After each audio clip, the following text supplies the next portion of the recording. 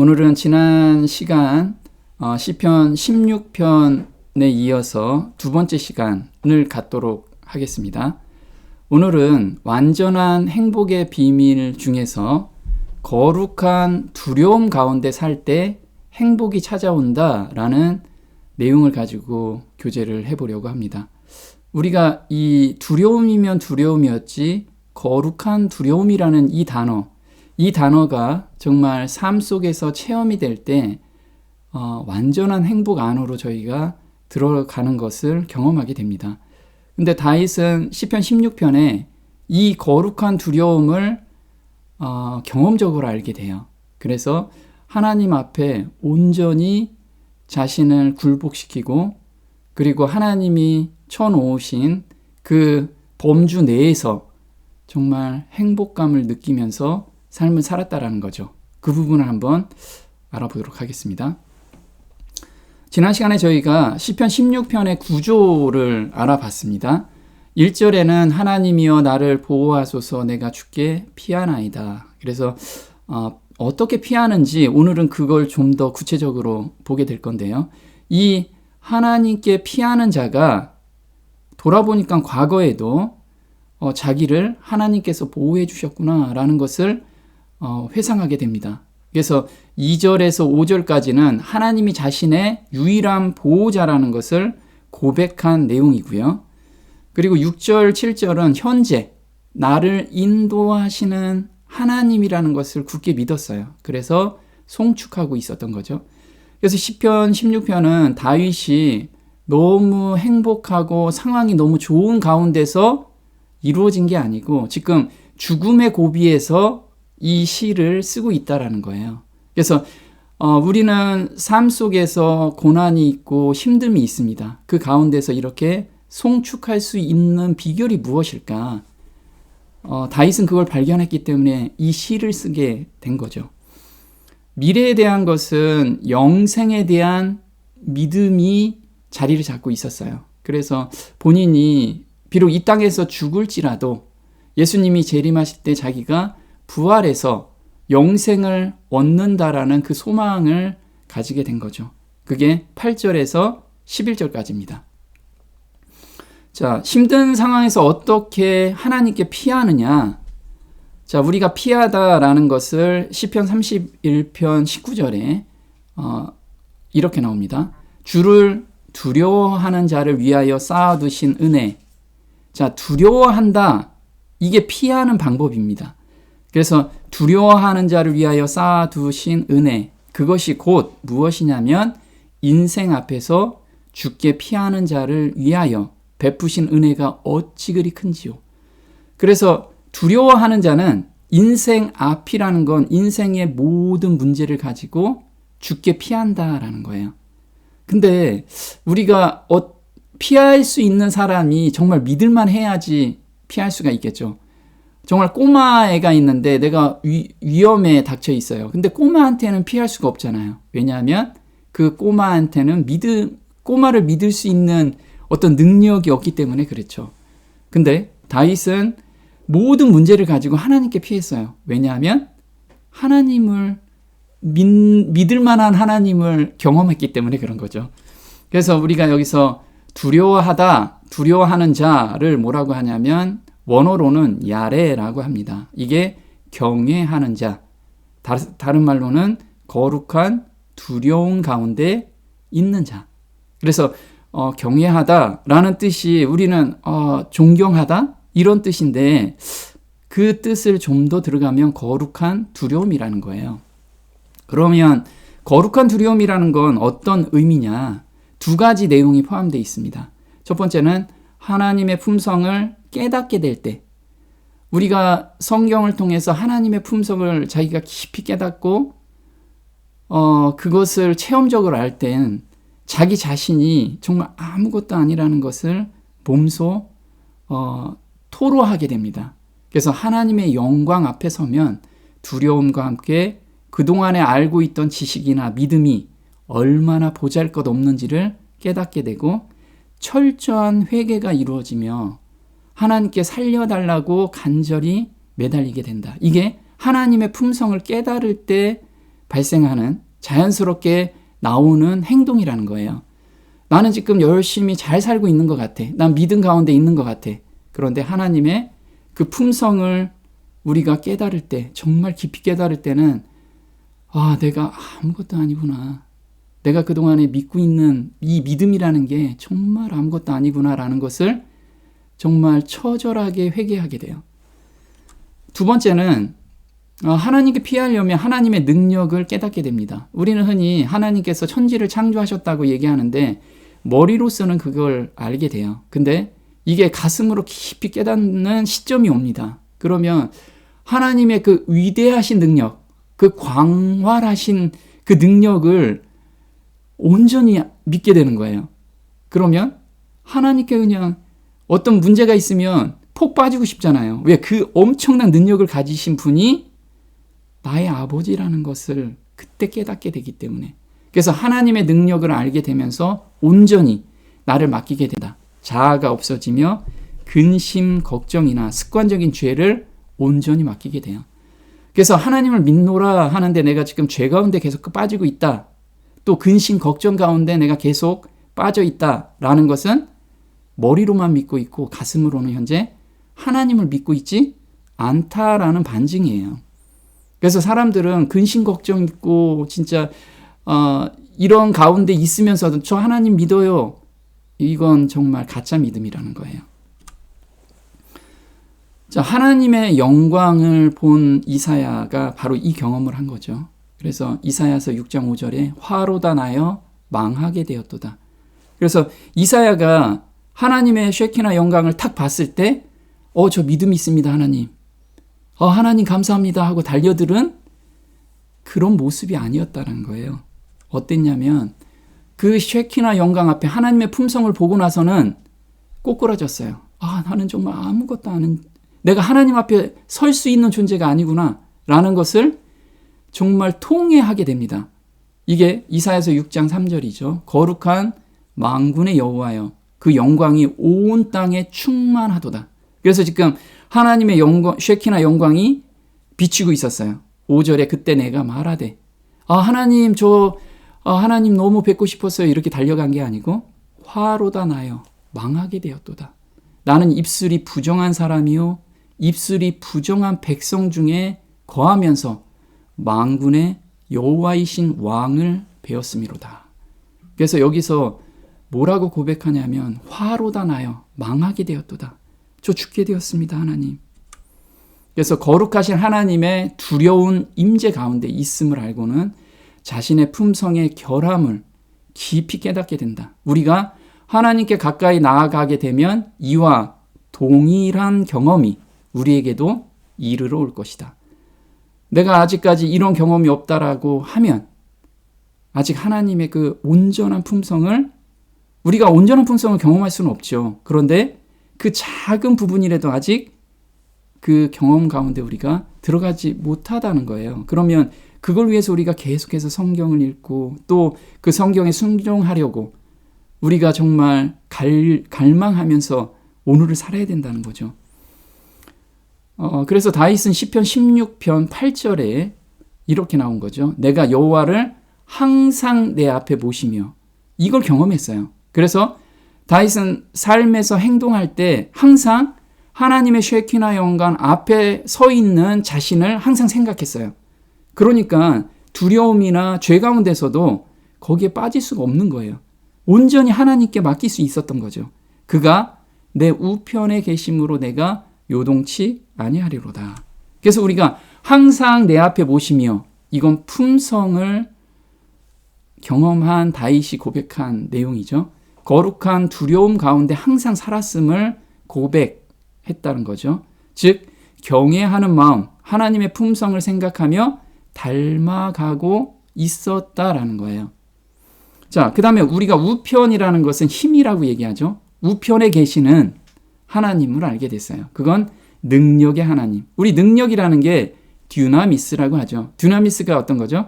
다이너마이트의 원어예요. 그러면 다이너마이트는 폭발력이 엄청난 거죠. 그래서 하나님의 능력은 그렇게 표현할 정도로 엄청난 것을 경험하게 된 거예요. 그래서 시편 121편 4절에 이스라엘을 지키시는 자는 졸지도 아니하시고 주무시지도 아니하시리로다. 여호와는 너를 지키시는 자라. 여호와께서 내 우편에서 내 그늘이 되시나니. 그래서 다윗은 하나님의 그 능력을 온전히 느끼고 있었다라는 거죠. 그래서 이 두 가지, 이게 거룩한 두려움을 안 사람들이 하나님을 느낀 그런 표현입니다. 자, 이렇게 하나님의 쉐키나 영광을 우리가 성경을 통해서 또 자연계를 통해서 계시를 통해서 우리가 보았을 때 철저한 회개와 죄가 싫어지며 죄를 거부하는 마음이 자리를 딱 잡게 돼요. 이게 욥기 42장입니다. 욥도 마찬가지였어요.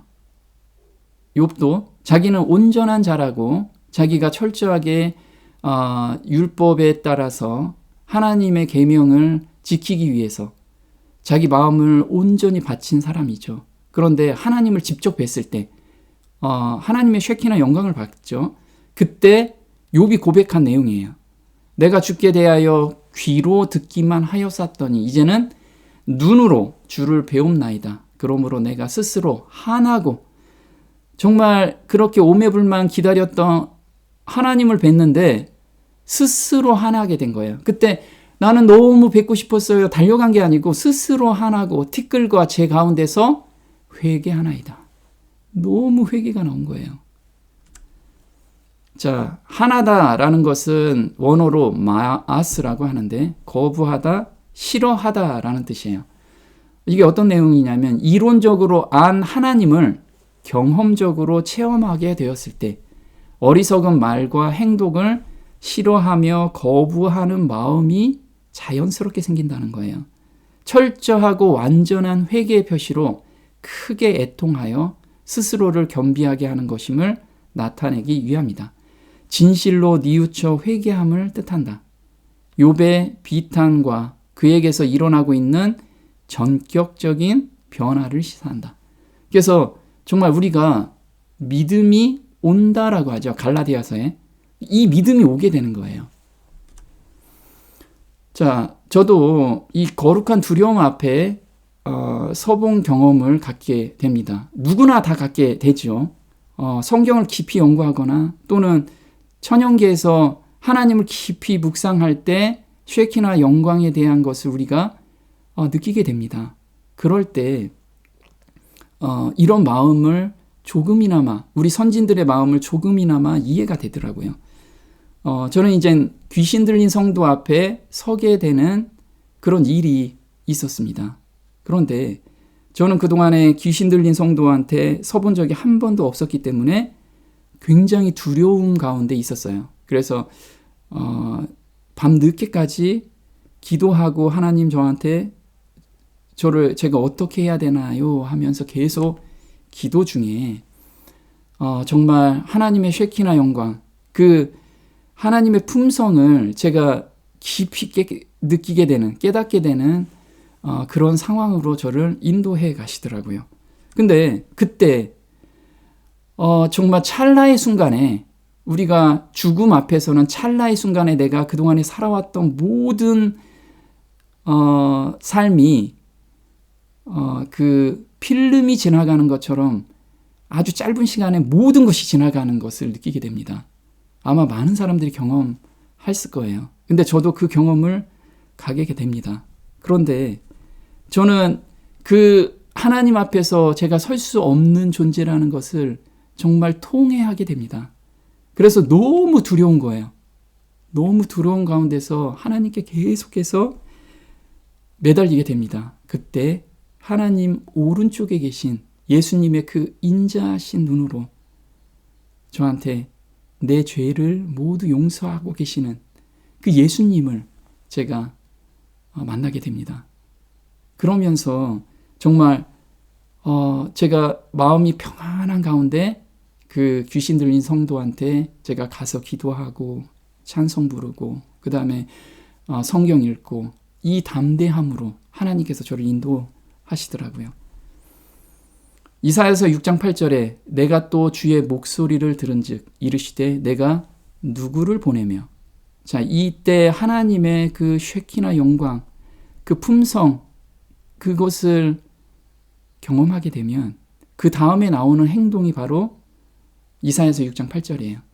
하나님께서는 누가 내 이 마음을 전하겠느냐. 나의 이 애타는 마음, 죄인을 구원해 놨는데 믿지 않는 이 자들한테, 이 사랑하는 아들, 딸들한테, 멸망으로 달려가는 아들, 딸들한테 이걸 누가 좀 전해줄래? 이렇게 말씀을 하세요. 그때 이사야가 고백한 게 있죠. 그때 내가 가로되 내가 여기 있나이다. 나를 보내소서. 이게 그냥 마음에서 나오게 되더라고요. 우리는 정말 하나님의 그 품성, 그 마음, 안타까워하는 마음, 그 마음을 우리는 정말 전달해야 되는, 억지로 전달하는 게 아니고 정말 하나님의 그 마음을 조금이나마 우리가 깨닫는다면 우리가 현재 이렇게 게으르게 있지는 않을 거라는 거예요. 그래서 시편 16편 7절에 이렇게 나오죠. 나를 훈계하신 여호와를 송축할지라 밤마다 내 심장이 나를 교훈하도다. 그래서 여기서 훈계하다라는 뜻은 뭐냐면 하나님의 내적인 인도하심을 의미한다라고 합니다. 성령의 내적 조명을 의미하는데 바로 이것이 아니었다면 다윗은 결코 하나님의 기업을 누리지 못하였을 것이다. 그는 이러한 사실을 생각하면서 하나님을 한없이 찬송하고 있다. 그래서 우리는 정말 기도와 묵상 가운데 그리고 성경을 깊이 읽는 가운데 우리는 하나님께서 내 내적인 마음을 인도하고 계심을 우리가 느끼게 된다는 거예요. 밤마다 내 심장이 교훈하다. 다윗은 밤마다 우리가 그런 거 있죠. 잠자기 전에 이거 우리가 많은 습관을 가지고 있죠. 성경을 깊이 묵상하고 잠을 자면 꿈속에도 나타나죠. 꿈속에. 다윗은 이걸 밤마다 했다라는 거예요. 그러면 잠자기 전에 어떻게 했을까요?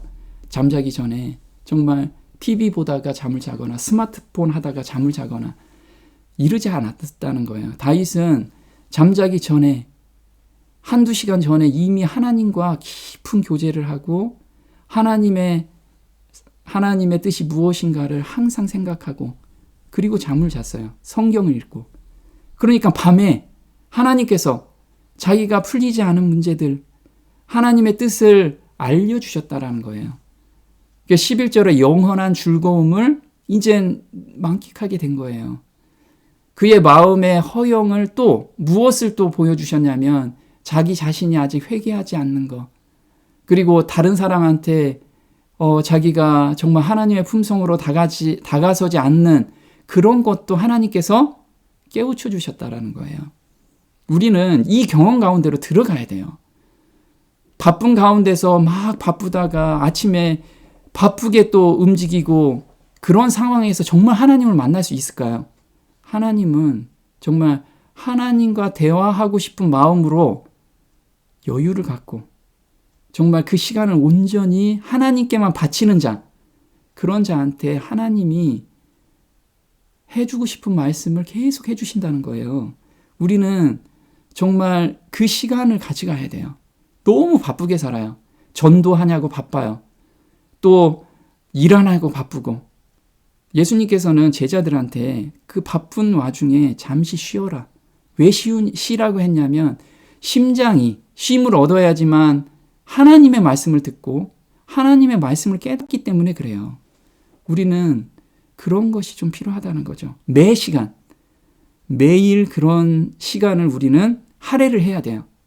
우리가 단지 11금만 떼어내는 게 아니고 시간과 나의 공간과 이게 다 하나님께 바치는 시간을 온전히 정해놔야 돼요.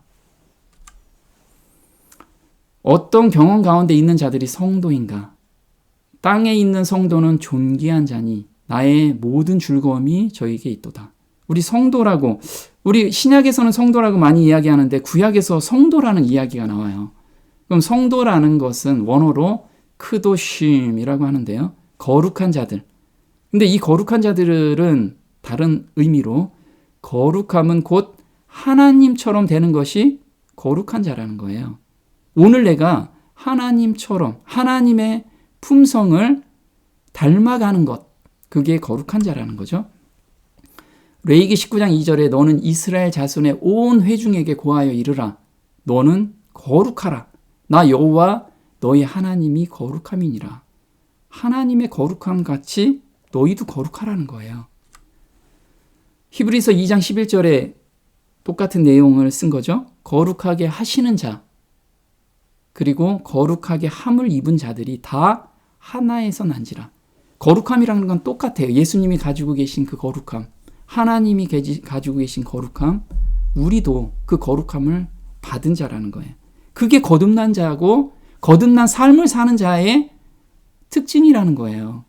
나는 요 정도, 인간이 생각했을 때 요 정도면 됐지, 이 정도의 거룩함이 아니라는 거예요. 그러므로 형제라 부르시기를 부끄러워 아니하시고, 정말 우리가 어떤 사람, 우리 흔히들 부모들은 그러죠. 아이들이 서울대학교 들어가고 그러면 자랑해요. 왜 자랑하죠? 뭐 자랑스러워지잖아요.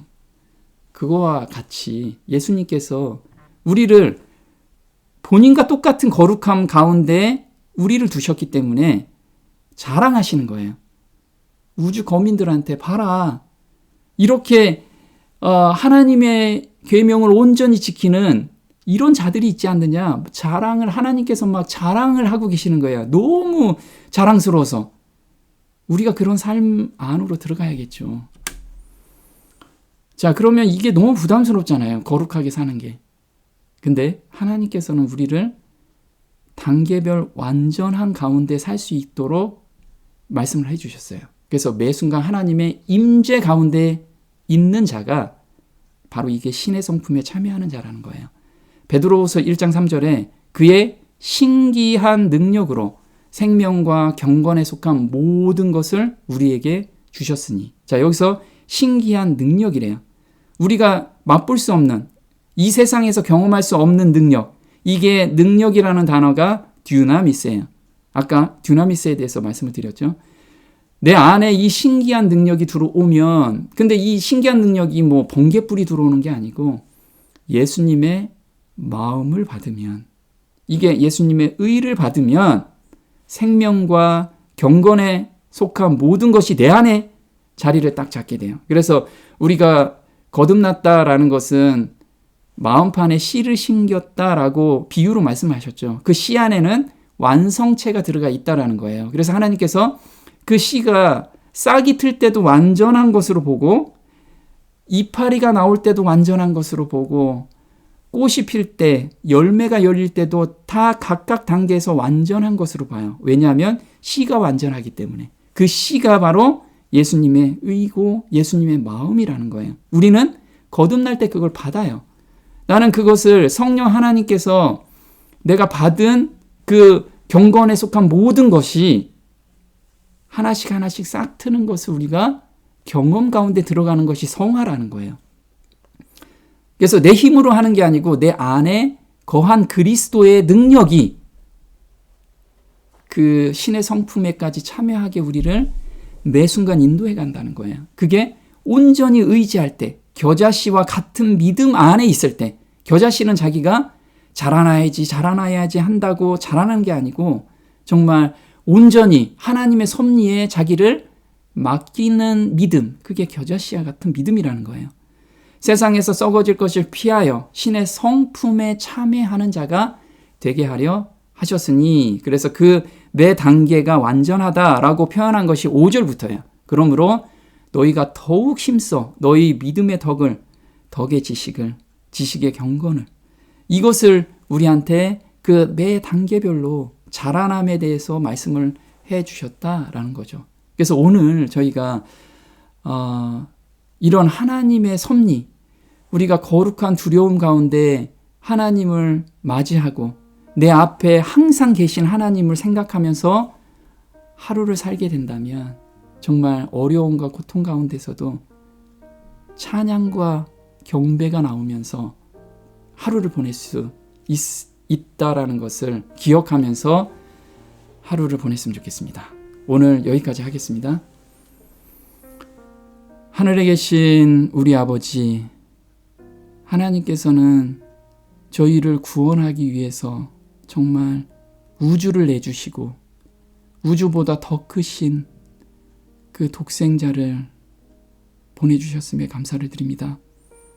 저희를 구원하실 뿐만 아니라 하나님의 신의 성품에 참여하게 하기 위해서 예수님의 그 마음을 저희한테 심어주시고 하나님을 사랑하게 만드는 마음으로 저희를 변화시켜 주셨음에, 재창조해 주셨음에 감사를 드립니다. 저희 받은 이 마음은 우리가 노력으로 얻은 게 아니라 하나님의 은혜로서 저희에게 주셨음에 감사를 드립니다. 저희가 받은 이 마음을 항상 생각하면서 오늘을 살 수 있는 그 성도로 저희를 인도해 주시기를 간절히 바라오며 이 모든 것 우리 주 예수님의 이름으로 감사하며 기도드립니다. 아멘.